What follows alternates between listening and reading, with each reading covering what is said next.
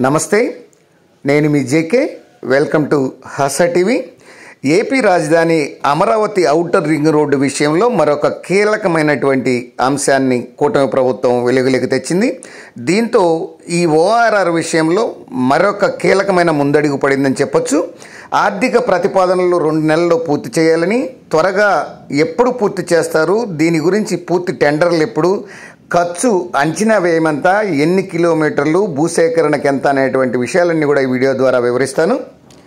AP రాజధాని Amaravati outer ring రోడ్ను 140 మీటర్లకు విస్తరించి గ్రీన్ఫీల్డ్ హైవేగా పట్టాలెక్కించడానికి జాతీయ రహదారుల సంస్థ నేషనల్ హైవే అయితే శరవేగంగా అడుగులు వేస్తుంది.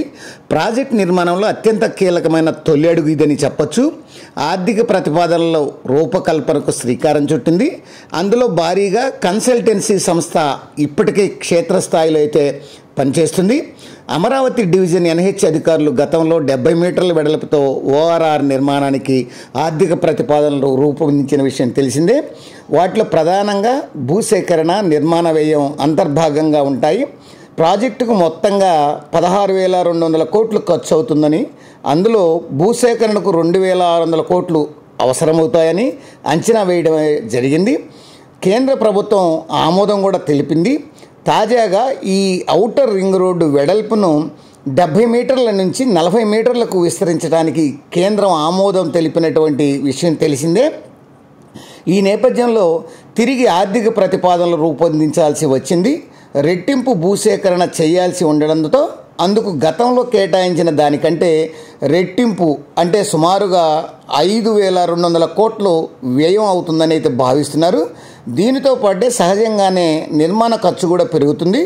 మొత్తం మీద 140 మీటర్ల వెడల్పున ఈ ఓఆర్ఆర్ను విస్తరించాలంటే సుమారుగా 21,000 కోట్లు ఖర్చు అవుతుందని నేషనల్ హైవేస్ అథారిటీస్ ఆఫ్ అధికారులు అయితే అంచనా వేస్తున్నాయి. కన్సల్టెన్సీ సంస్థ సర్వే రిపోర్టులను క్రోడీకరించి 2 నెలల్లోగా కేంద్ర ప్రభుత్వానికి నివేదిక పంపించాలని ఎన్హెచ్ అధికారులు అయితే భావిస్తున్నారు. కేంద్ర ప్రభుత్వం నుంచి గ్రీన్ సిగ్నల్ రాగానే క్షేత్రస్థాయిలో పనులకు శ్రీకారం అయితే చుడతారు.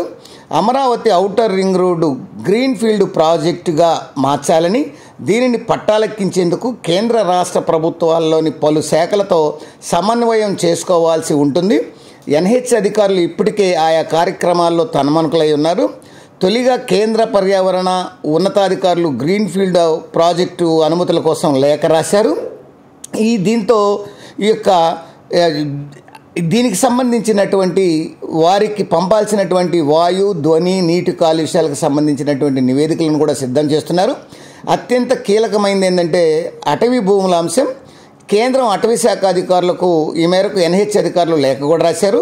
అటవీ విస్తీర్ణంలో అలైన్మెంట్ పరిధి వరకు సరిహద్దులను ఆ శాఖ నిర్ణయించాల్సి ఉంటుంది. అంత విస్తీర్ణం సరిపోతుందో లేదో అంత మేర రాష్ట్ర ప్రభుత్వం ప్రత్యామ్నాయంగా అడవిని అభివృద్ధి చేసేందుకు భూములు అయితే ఇవ్వాల్సి ఉంటుంది. ఇది ఎంత విస్తీర్ణంలో ఇవ్వాల్సి ఉంది, ఆ భూములను జిల్లా ఫారెస్ట్ అధికారులు పరిశీలించి సూటబిలిటీ సర్టిఫికేట్ అయితే ఇవ్వాల్సి ఉంటుంది. రాష్ట్ర ప్రభుత్వం పరిధిలోని జనవనరుల శాఖను ఎన్హెచ్ అధికారులు లేఖ రాశారు. ఓఆర్ఆర్ అలైన్మెంట్ పరిధిలోని కాలువలు, ఇతర జనవనరులను గుర్తించాలని కోరారు. అవసరమైతే కాలువలకు ప్రత్యామ్నాయ ఏర్పాట్లు చేయాల్సి ఉంటుంది. విజయవాడ పశ్చిమ బైపాస్ ఇబ్బందులను దృష్టిలో ఉంచుకొని విద్యుత్ లైన్ల అలైన్మెంట్ మార్చకుండా ఎక్కడికక్కడ టవర్లు ఎత్తులు పెంచాలని ఈ PGCIL అయితే ట్రాన్స్కో అధికారులకు ఎన్హెచ్ అధికారులు ప్రతిపాదించారు.